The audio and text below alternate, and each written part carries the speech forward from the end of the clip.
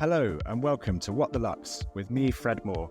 And me, Anand Sharma. Together we lead Matter of Form, a design consultancy specialising in brand, digital experience and content. And this is a podcast that calls time on tired ideas of luxury. Alongside industry luminaries and thought leaders, we explore what truly defines category-leading products and services.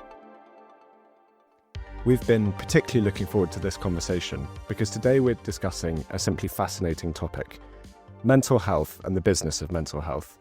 Welcome to the podcast, George Brooke, COO of The Soke, a business that is a change maker in mental health and making therapy, coaching and other related treatments in this area that much more approachable and less intimidating. George is a brilliant communicator on the topic, and it is a delight to welcome him to the podcast today. George, welcome. Thank you, Fred. I too have been looking forward to it. We've had one or two chats, obviously, over the years about what is happening within the wider kind of luxury sector, and how health fits in with that and how it's evolved over the years. I'm looking forward to see what you're going to post to me today, because you're always good at throwing some tricky questions. Well, the first question is you're pretty difficult to get on the podcast. You're such a good communicator on this topic. I know that. You're a bit reticent. Why is that?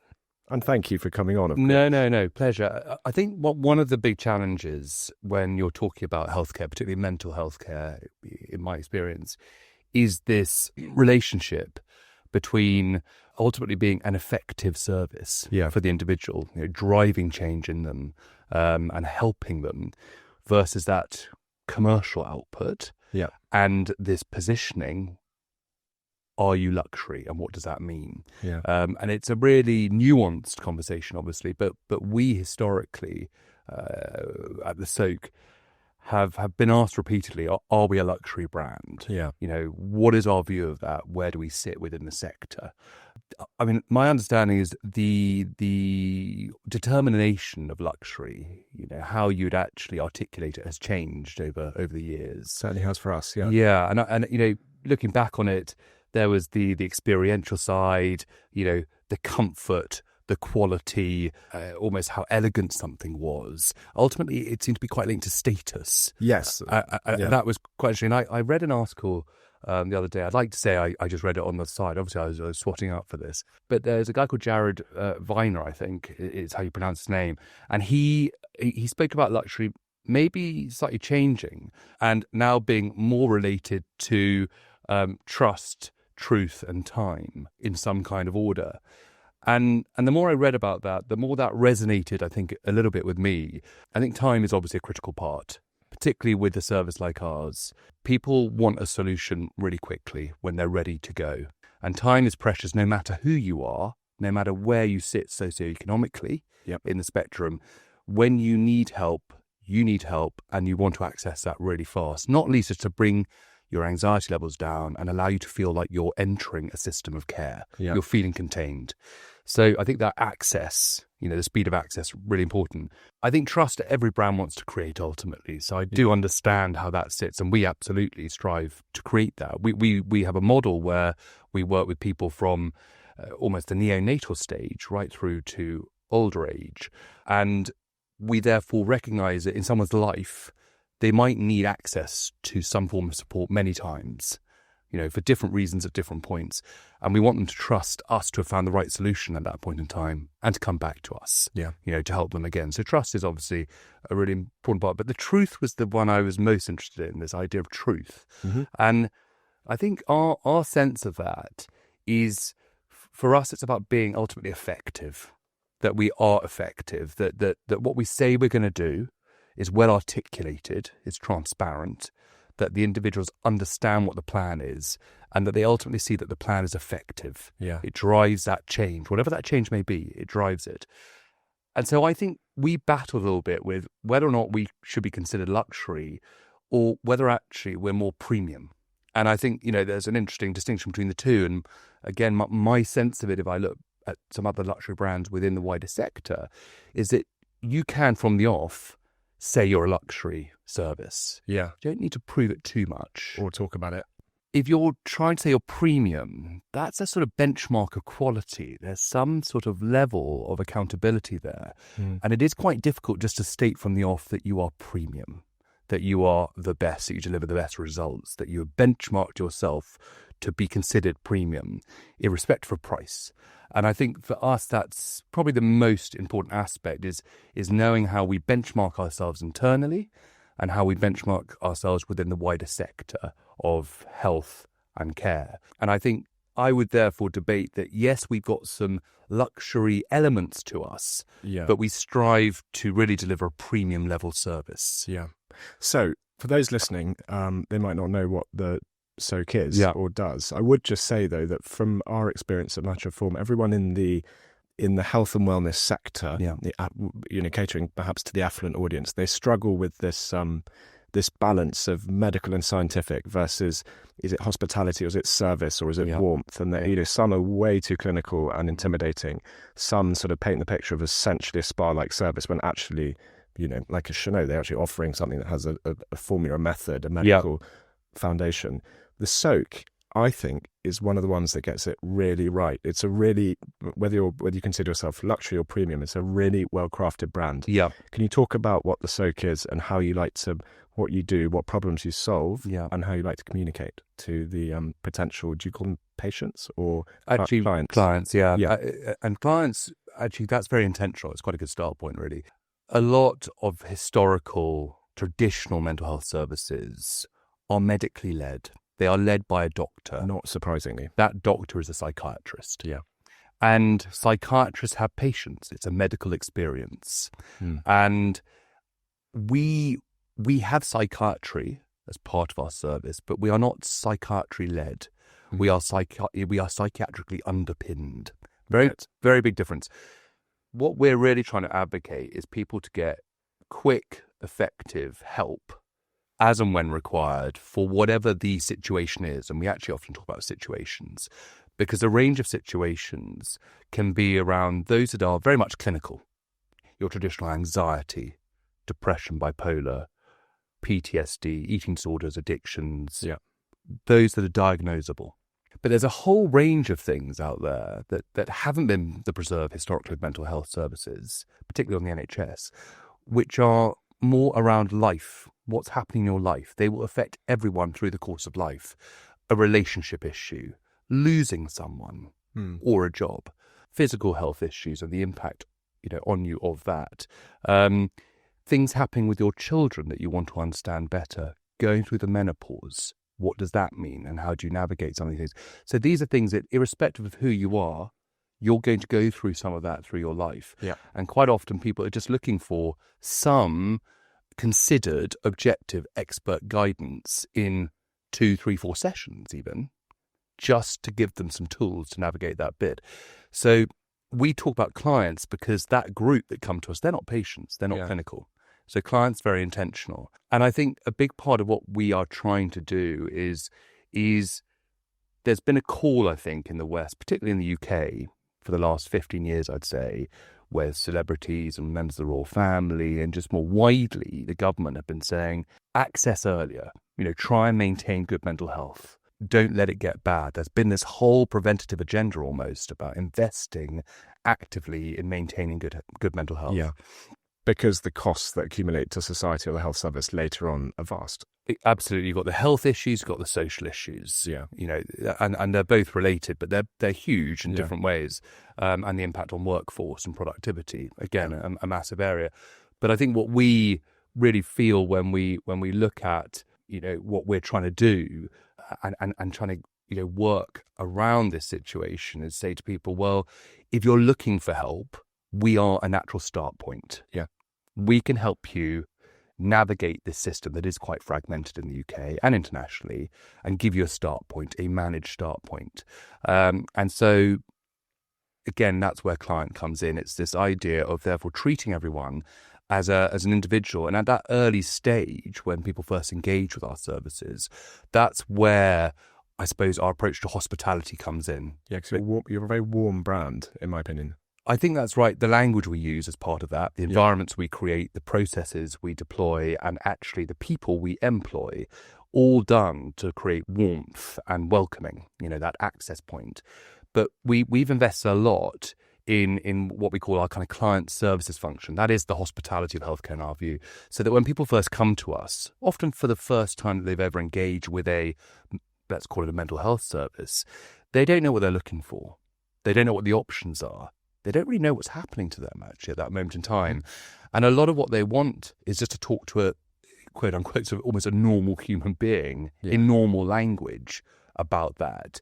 And so we have a team that's dedicated, almost you could call them concierge style, where they will hold your hand, spend time with you and take you through your options and choices, which may lead to help within the organisation or externally in the wider sector. Yeah, which is a completely hospitality concept. Are they themselves trained professionals, or are they relationship people? They're a really interesting group. I mean, actually, we were talking about this the other day.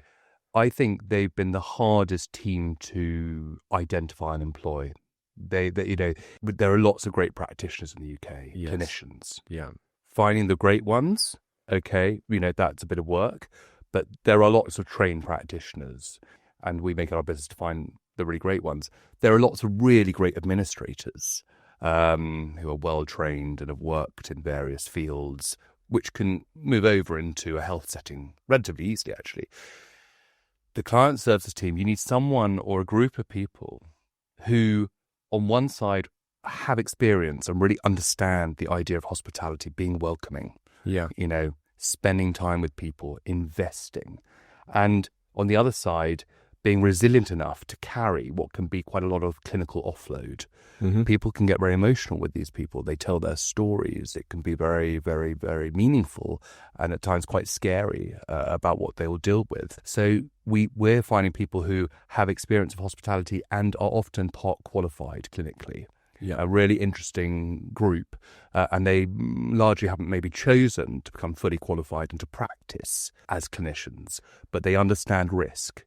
They understand, what are the different forms and presentations. So they are the ones we work really hard to identify, and they're the ones that I think we value as equally as our clinicians in terms of providing that service. Because I think without them, that hospitality journey goes out the window. We don't start with that. Almost we'd be more similar to other services where the experience starts and ends with the clinician. I mean, actually, one of our first consultant psychiatrists that we got on board, who will remain nameless because I think he'd be very embarrassed if I quoted him on this, but he said, lovely environment, lovely place, lovely setting, but we've got to be really careful. There's a lot of, in principle, great-looking things out there, but actually, what are the processes that underpin it? What is the governance structure? What makes it safe and effective? Because you need both those things. It's a great idea to make someone feel comfortable and welcome. So particularly psychologically and emotionally. Yeah. Because then they're going to engage more willingly in the process, particularly if they're scared. A lot of people are scared when they engage with mental health service. So that plays its part, but they then need to know that once the system really starts to carry them, that it is being done well, that it is robust. Yeah, and importantly, why pay the premium over, which is the case with any luxury product or service, or premium one, why pay the premium over going straight to a psychotherapist? What is it you offer that delivers value in the round? And of course, that's emotional reassurance. It's actually better treatment, of course. It's more effective diagnosis, I suppose, all those things. Yeah, I mean, I think one of the things we've set out to do is not just focus on the client by themselves and just say, it's all about the client. Yeah. It's also focusing at the same time on the practitioner and how we give the practitioner the best experience. We want to give both the best experience in the knowledge that if you have a safe, held, stable practitioner, part of a system where their work is reviewed and challenged and supervised, that the client will have a better experience anyway in the room. So I think, a lot of people will obviously find great practitioners through their network, of friends, family, through their GP, online even. But I think it's often luck rather than judgment that gets you in front of that great practitioner. Yeah. What we're trying to do is have a much more managed pathway where we're saying, let's take time to understand you, your situation, your history. Let's really open you up. Let's understand your personality, and let's connect you with the right and the most appropriate level of care, but also the right personality. Yeah.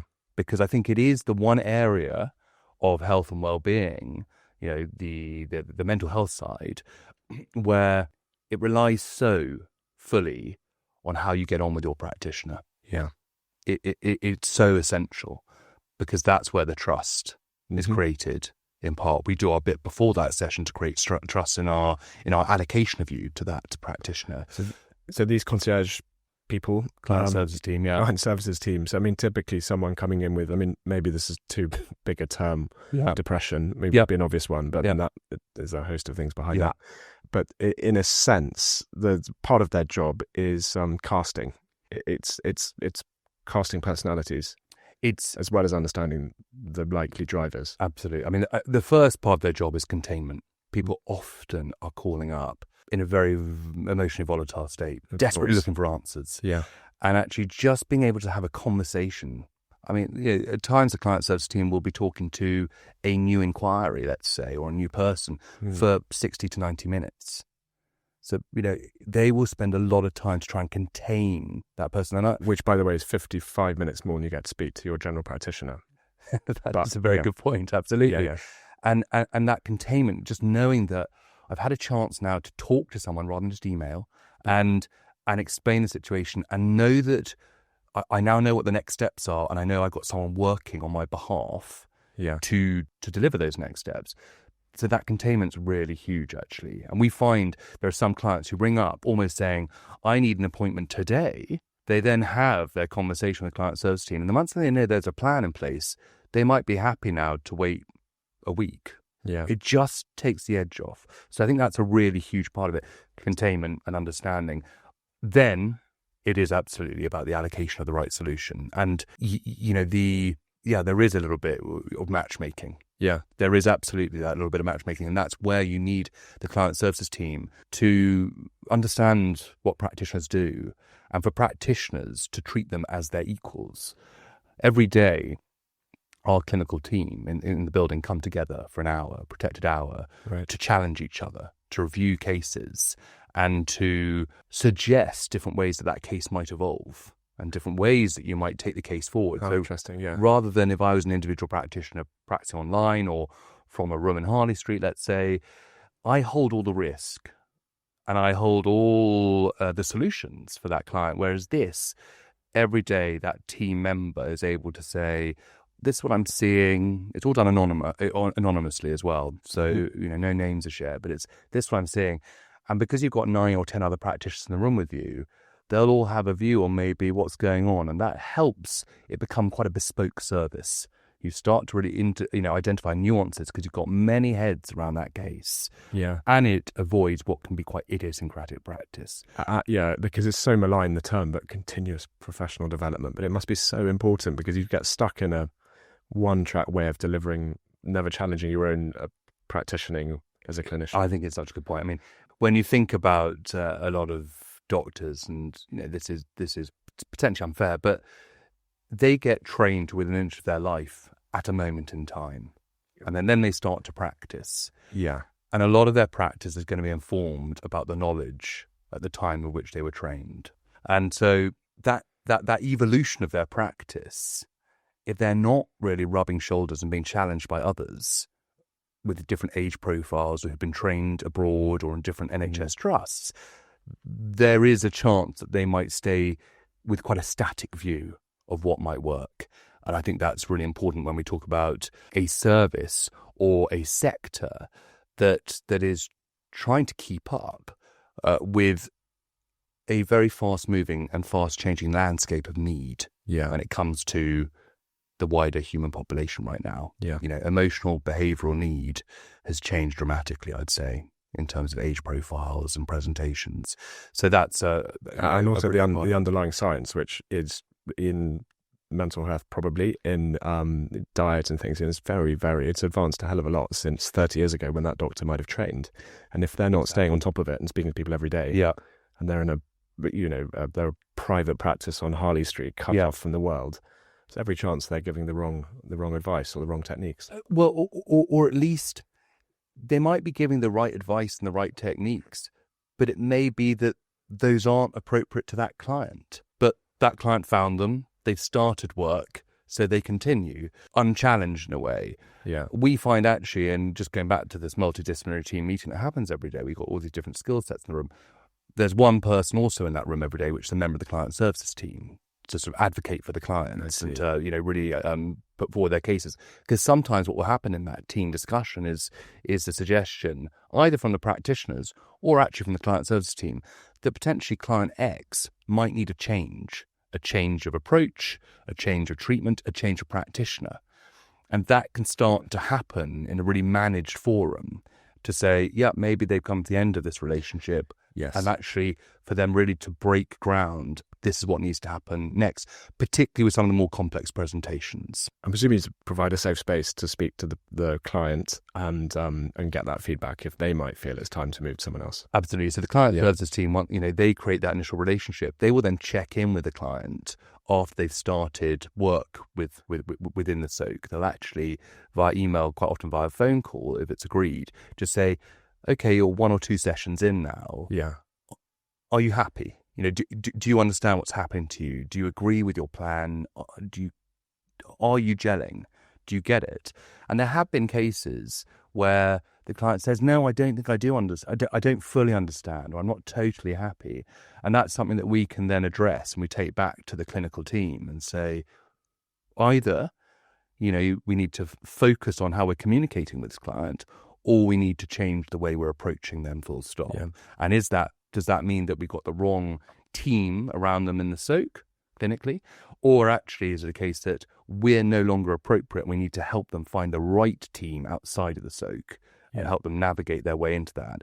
But a key part of the experience is to make it iterative. What we really can't bear is this idea of clients having to repeat themselves endlessly and feel like they're starting again. That's so attritional, and that's such a bad experience. And so, we make sure that if we're going to change them internally or move them to a service externally, they know why. There's a bank of information following them now that will pass to the next practitioner or service or team, so that there's something to build on. There's foundations to build on now, and they've started a much more kind of robust, structured approach to what they may need, be it coaching, albeit psychiatry and everything in between. Yeah. I think you've, this experience layer, let's call it that, sorry for the terminology, but just focusing on the clinicians, you've, I think, explained this, but just why would they work with the Soke and not someone else? What do they get back from it? Yeah. Mental health treatment is about the only form of treatment that doesn't even need a roof. A therapist or a psychiatrist could practice on a park bench. They could walk and talk. They don't need equipment. Yeah. They don't need anything. It's really interesting. So it can be a very isolating experience for them. Yes. Yeah. And I think what we've created is a place where practitioners feel really held themselves. They feel safe. The risk profiles of clients have changed over the years. We are considered, by some as a luxury service, which, we touched on, we may return to. We would say premium possibly. That does not mean the people we get are straightforward. We are seeing heightened presentations of risk and complexity. And if you are practicing alone, you are holding that 24/7 by yourself. And that's a really big part of this. For a practitioner to feel like they are not solely the ones dealing with this particular case. And I think that's really important. So there's a bit which is safe and risk management of a case. There's then this bit about constantly evolving, challenging each other, learning new ways, being connected to a wider community beyond yourself is very interesting. And then I think we do a lot in support of their practice. A lot of these guys and girls have spent many years to train. They do not want to be doing endless business development, if you're going to call it that. Yes. Admin around it, note-taking, communication with referrers, the family. The bad side of freelancing, essentially. It's the bad side of freelancing. Yeah. And so what they like is the fact that we contain them on that level. So what they can do is focus on what's in the room. Yeah. What are they doing? I think the final part is we've just created a community. It's a very vibrant community. So we invest in I suppose, on one side, educational events internally, where we'll get guest speakers to come and talk about emerging topics. So that gives them, again, even greater insights into what's happening globally. We will hold internal events as well, other events where they just get to know each other, off book. We hold speaker events or panel events, which they can speak at or attend with local communities where people can just come and learn about what mental health is. And obviously we then will invest in their own training and development on top of that, core training and development. So I think there's a baseline there where they feel part of this community, which gives them quite a lot, which they would struggle to find elsewhere. And then I think that the final part I'd maybe argue is they are associating themselves with a brand that has started really to be recognized as a safe, effective part of the community. And I think for a lot of them, they value that affiliation, that association, because they just understand it's a well-managed service. Again, we do a lot in support of the client, and we will hold things like safeguarding. We will hold the whole system there. And I think that for them is very meaningful. So none of our practitioners really work with us full time. It's an interesting point to make. We actually like the fact they might work elsewhere, because in between times they will be exposed to other ways of thinking. Yes. Every week. But they all have this, I believe they have all bought into the culture of the Soke, the caring culture of the Soke, and this idea that we're bringing hospitality and healthcare together and making a safe, effective service. And I think that is a very meaningful thing. Interesting when you look at the geography, the world and demographics. Yeah. US, very unlikely for that to be needed for reasons you might explain. Someone like Argentina has an astonishingly high level of psychotherapy for every person. Yes, them in Uruguay as well. It's interesting. Yeah, but I suppose you're going to parts of the world where there's a relatively nascent culture of seeking help for these things. Is that right? And where are these places? Maybe start in the US and then... The US is often seen as being a global leader when it comes to sort of, the Western approaches to mental health. And that's more rehab, isn't it? Or kind of... No, I think if you even think around the idea of the concept of group therapy, okay, AA, okay, even, the use of traditionally illegalized drugs, MMDA, ecstasy, mushrooms, ketamine, that has started to, there's an evidence base to suggest that for certain types of healthcare, mental health care, particularly treatment-resistant depression, that can yield quite interesting results. But it is nascent. Also, the biohacking concept, a lot of that has come out of, in part, Europe, but a lot has come out of the US. Longevity as a concept, gut health as another. So I think America has done a lot because it's a huge marketplace. And because it doesn't have a single national health system, it is pretty privatized, and we know about the downsides of that. It does mean there's a lot of investment all the time in trying to find an edge there, and that has led to quite a lot of research and development. So the US, I think, is a global leader of Western approaches. I think that's a really critical thing to say, because those approaches don't work for everyone. There are more holistic and spiritual approaches that come from the East, as well as some evidence-based, science-backed approaches that also need to be considered. And that's why Southeast Asia is a pretty fascinating place, because you've got a place where kind of West and Eastern approaches are equally considered and need to be factored in, and spirituality plays a part of that. From us, and why are we choosing these areas? Why aren't we going to the US or Latin America, or Germany? I think Europe is interesting to us, definitely. Northern Europe in particular, it is interesting to us. I think it's just about where do you start? And you start with what you know best, and that is the UK. But I absolutely would not dismiss Europe at any point as a next stage of the adventure.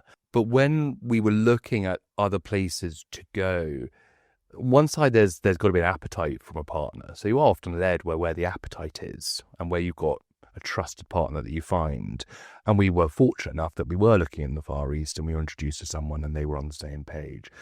But I think what we could see out in that part of Southeast Asia, which you see also in Australia and New Zealand, you see in parts of Africa and in the Middle East, is an appreciation and understanding of the UK approach to healthcare. And I think that's quite important. UK mental health care has a different, is received differently in America, Right. and is received differently, therefore, in Latin America, which often looks to America. And so you have to go to a degree or explore areas that culturally get it and culturally understand the approach. And these regions, I think, buy into the UK approach. Quite methodical, quite process-oriented, quite safe. Mm-hmm. We're layering on that hospitality side, which is quite unusual, which speaks to them. I think sometimes the American model can feel almost too innovative, and there isn't necessarily enough of an evidence base. And if you're trying to break into systems or countries or cultures there's still a stigma, Yeah. then the American model can feel quite removed from that. There needs to be a step in between, and the UK approach feels quite comfortable. Yeah. I just want to ask about that stigma point. Be interesting for people to understand. I assume most people are coming reacting to a problem they have. Things have got so bad, and that breaks that threshold down. They pick up the phone. Yeah. Are there people coming to you in the preventative sort of growth mindset state? I mean, you used to work at the Priory, where I imagine it's like things get really bad and you're in the Priory. It's not really you're going there to sort of make your life better. But I can imagine coming to the Soke when things are going okay, if I was in the right headspace for keeping things okay, which is a trend of sorts. It is a trend. We expected, actually, when we opened, to immediately work with more of that group. Right. That group that is functioning fine. Yeah. But want to tweak a few things. That growth mindset on one side, I want to go for that I want to get that job, or I want to get that promotion, or I want to improve my life functioning. Yeah. Looking holistically at 8 domains of functioning, what can I improve? Absolutely, we thought we would see a lot of that. But just doesn't happen in real life, or? It has taken so much time. Yeah. The first year that we opened, largely, it was people calling when the crisis had hit. And that was what we observed. Now, it did so happen that may have coincided somewhat with COVID. We started our renovations on our first building in London, the day Boris Johnson announced the first lockdown. As in, we broke ground at that building, and that day he announced we were going to a lockdown. In a sense, storing up a lot of business for you in future years, but probably weren't thinking about that at the time. No, and I think, often people will look at the Soke and say, your timing seems interesting. Were you reacting to COVID? And the answer is no. The plan around the Soke started a couple of years before COVID was a thing. We'd secured the building before COVID was arriving. We'd done the architect's plans. We then actually had to figure out what COVID would mean for us. And I think we stayed open, even though we're a private service, through COVID, physically open, because the NHS, the government, saw us as an essential service. And I think we were seen as an essential service because people coming to us demonstrably unwell. Yeah. So we didn't get that group to begin with. One other impact of COVID has been people had time to reevaluate their lives. Not everyone became really unwell. A lot of people had time alone or time in a small cluster, a family cluster, where they really were able to reevaluate what they want to get out of the next 10, 20, 30, 40, 50 years of their life. And I think that certainly when we work with businesses, corporates, that's something that we've seen much more as almost a positive impact in some respects of the pandemic, that businesses finally really grasped that for them to have sustainable businesses, they needed to really look at what mattered to a wider cohort of staff, recognizing that not all the problems that an individual employee feels is because of the company.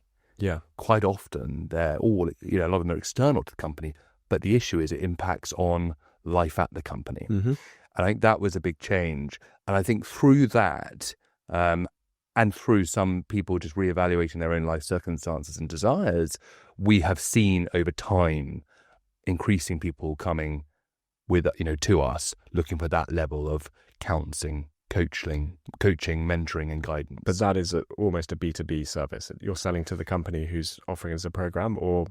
We do that. Yeah. Absolutely. We do that. And we've worked well with a range of different organizations, some small multinational finance houses where it is very intense, and the working culture is intense.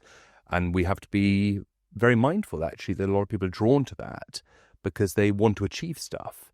So you don't want to go in and say, hey, you all need to just work a 3-day week and chill out a bit.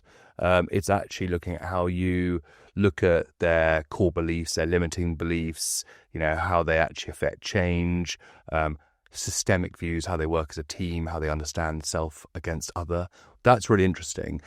We've done that with law firms. We've done that with larger companies too, and that's been, I think, really interesting. But to your point, no, we've seen actually over time more people self-referring, saying, I just want to grip something. Yeah. I just want to find some answers. I just want to... We had a really interesting kind of global executive not long ago, and he came and he had a very fixed view of what he needed. And ultimately, I would say he wasn't far wrong, where he ended up going. But he was leaving the business he'd created and established and was ultimately being acquired. He was leaving. It was the right time in his life to do so. And why he was coming to us, actually, was to sort of have an existential reboot and review. And he was actually saying, I think I want to see a psychoanalyst. That's a Freudian couch concept. I want to go back to my child. I want to really explore what's deep within me and work out where I'm at, really who I am, before I embark on the rest of my life. I want to go through a bit of an existential reset. Really interesting, that particular case. He then came back a few months later, and I smiled because he'd obviously spent a bit of time at home at that point. And he returned very much with an additional mandate, which was, how am I useful at home? How can I actually work better with my children and family now that I'm quite present? And that was quite interesting too. That was quite practical. It wasn't a problem, but he could sort of sense that he was suddenly around, having been very absent, and he had some catching up to do. And there were some parenting clashes going on and other issues there. People have come and do come increasingly with that view, that mindset, that growth mindset. That's positive.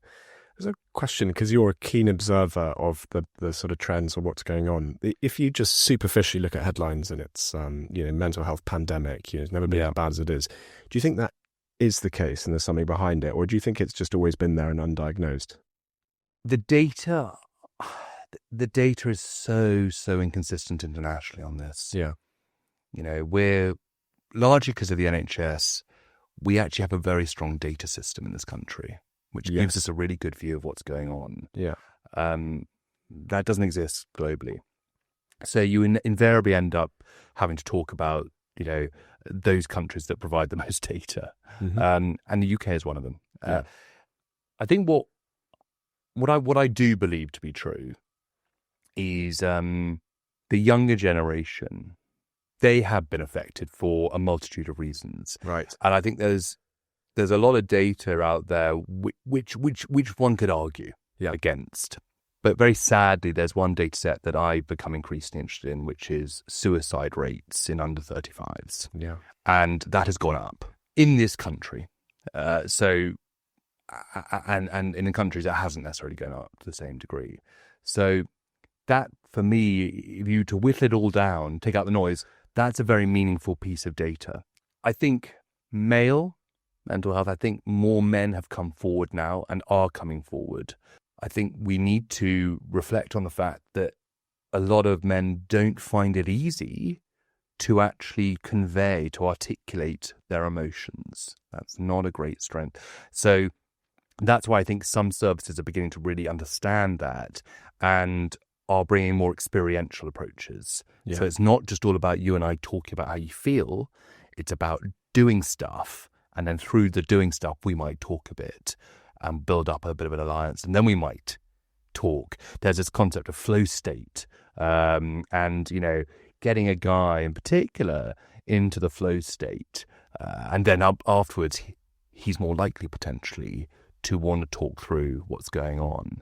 So I think male mental health, and I think the final group I would say, there are some diagnostic classes, yes, you know, substance and alcohol misuse went up during that time. Mm-hmm. That's still a thing.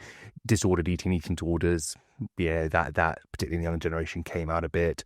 But I think also the older generation, you know, that baby boomer generation, a lot of people have spoken about them as being quite resistant historically to mental health in this country. Stiff upper lip, conditioning, war years, lots of things are sort of allocated to why they might do. Yeah, I grew up in rationing, all that kind of stuff. But actually, the bit that I find interesting is more of them are actually coming forward asking for help. They got lonely then. They saw what life was like as the nuclear family really entered its current phase. They saw the output and impacts of increasing divorce rates in the younger generation, you know, as their children split up from their spouses and left grandchildren between two homes. You know, they've suddenly increasingly feel quite unsafe. Yeah. And I think safety is a really important word. If you look at what's happening in the UK, our divorce rates are amongst the highest in Europe. Our under 35 suicide rates are amongst the highest globally. And do people feel safe? And one thing we try and create at the Soke is a really safe system, a safe environment. Yeah. And I think it's trying to address that safety gap, I think, that people feel at the moment. Yeah. You know, is quite a meaningful view. Thank you, George. We haven't touched on you. Some quick questions about you. Why did you get into this industry? There's something I kind of realised actually over the years of working in mental health care. I've worked in it now for 16, 17 years. I originally got into it largely by chance, I'd have to be honest. I mean, I'd got interested in it at university where I did some additional modules around mental health and addictions and looking at sort of, you know, how they map out globally and the trends and how, you know, someone with paranoid schizophrenia in Papua New Guinea, how they present and behave and are treated is very different, someone in France or et cetera. Right. So I found that very interesting. But it was not my intention, I have to be honest. Yeah. But I had a chance meeting with someone. So you didn't get the jobs in the bank, is your point? No, I did not. No. And I had a chance meeting with someone who had grown up in South Africa with a great friend of hers, and he was on the board of directors for a mental health care company, and they were looking to recruit and train up a new, as they call it, kind of a new breed of hospital director, someone who wasn't clinical, someone who wasn't set in the past, someone who maybe would bring a slightly different view, you know, to the shape of those things. And she asked me if I'd be interested, and quick as a flash, I said, yeah, please put me forward, and went through this prolonged interview process and ended up getting a place on their fast track management scheme. They were the only company in the country that did that outside the NHS, and they trained me up. I think why I said yes so quickly, I've always put it down to this curiosity. You know, it was an opportunity to get involved in something that 16, 17 years ago was still pretty hidden. Very peripheral. Really peripheral. And I just was so curious about what was really happening. And it was almost like I was being given an opportunity to lift the lid on something and to walk into this quite secret world. And I found that really exciting. Yeah. I think what I've learned, though, 16 years on, is, and maybe I wasn't being honest to myself at the time, I've learned that almost every, I won't speak to the clinicians, but almost everyone who gets involved in mental health care services on the non-clinical side, they also have a very personal reason to do so. I think it sort of talks to them in some shape or form. I think it might be because they have an uneasy relationship in some respects with mental health, either through their own experience or close relatives or friends. But I think there's a very personal reason why you choose to work in mental health administratively or non-clinically rather than a hotel, a bank, whatever else. And I think I've sort of seen over the years in myself, I really value the fact that I'm surrounded. I work in what is the safest environment and most caring environment. And I really value the fact that my clinical colleagues, they can tell if I'm having a stinker and they can just give me that look or that hug. And it's actually really meaningful. I love it. And I think it's helped me enormously to navigate my own quirks that I have and I apply to my life, and I think that's my personal reason. I think that's why I've stayed in it for so long. I think I've realised I sort of needed it, actually. We always ask our guests on this podcast same 4 questions. The first question is, of course, what most annoys you about your industry? I think almost one of the reasons I came into it, or I've stayed into it, and I was so compelled to be part of the Soke journey. Mm-hmm. Use the J word there, apologies. was the fact that there are a lot of services that have popped up, residential, online, digital, outpatient, that have no real substance. There's no structure to them. They're just about clever branding and positioning. And there's a lot of that because actually mental health in the UK, but globally too, it's so underregulated. So underregulated. A lot of people can be called a therapist. Without training, supervision, or regulation. A lot of services, even inpatient services, residential services, continue not to be regulated by the Care Quality Commission, which means they don't need to conform to various norms, in my view, fundamentals, to create a robust, safe system that's delivering effective care. And the result is that, some of these places, I've had friends end up, engaging in stuff, which is being sort of delivered to them as if it is a recognizable intervention. And it's not. It's back to that paradox you said, where because weirdly, you don't need anything to deliver it, therefore it's very easy to deliver, therefore it's harder to regulate. Because really hard to regulate. In a conversation, absolutely, and proper advice, and psychotherapy that's... And I really want to help people look past the veneer of a slick image or a good website or even a nice building to say what's really going on there.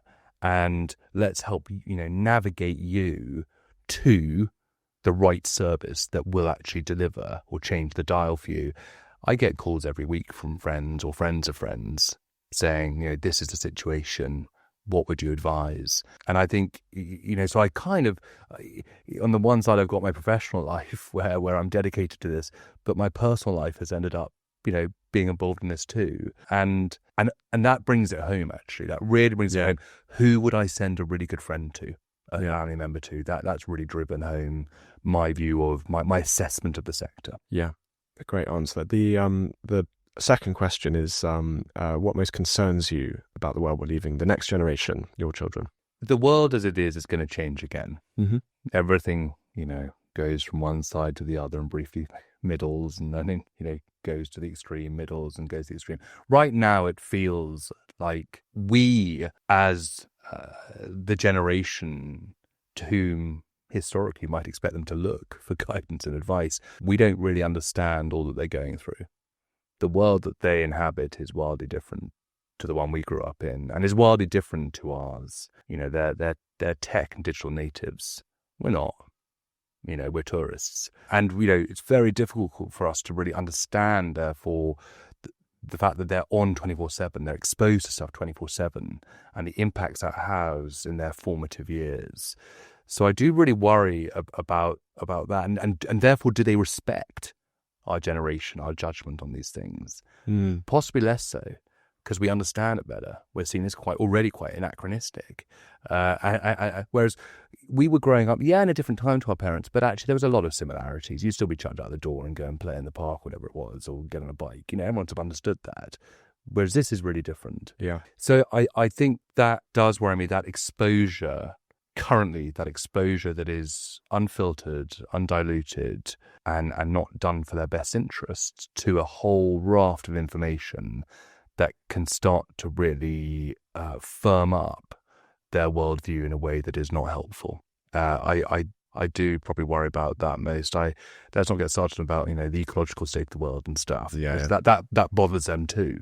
The penultimate question, which I particularly love, is if you had to give up your job, you're not allowed to do what you do or work in this industry, what would you do? When I was at university, even at school, I would pore over maps. I loved looking at the world. I loved, Maps painted red. And I think genuinely, I just love to become a tour guide.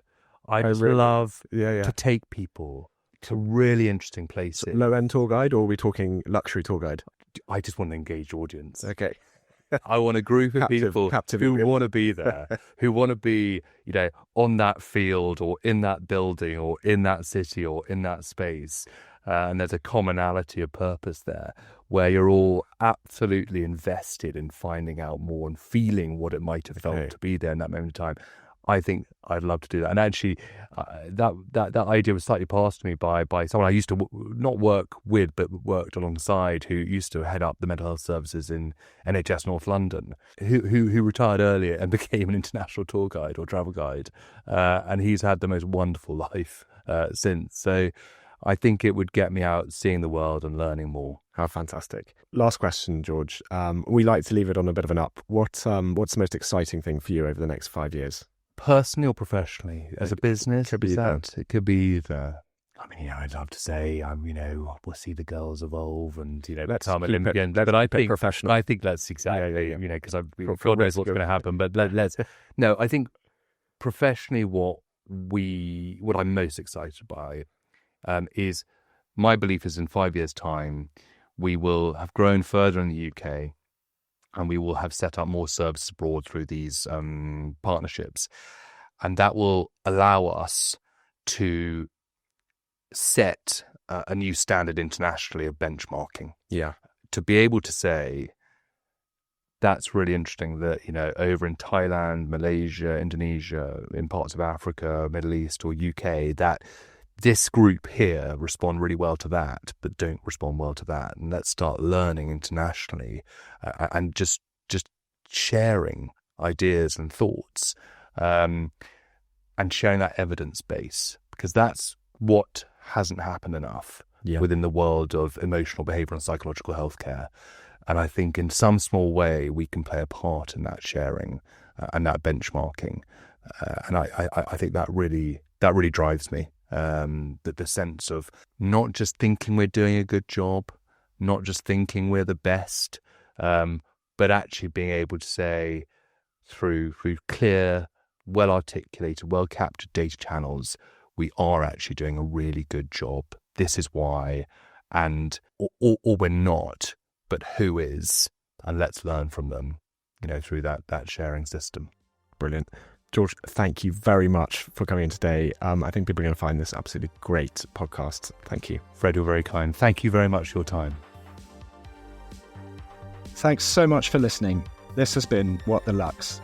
You can find us on socials at Much Reform and drop us any questions or comments on Twitter using the hashtag #WhatTheLux.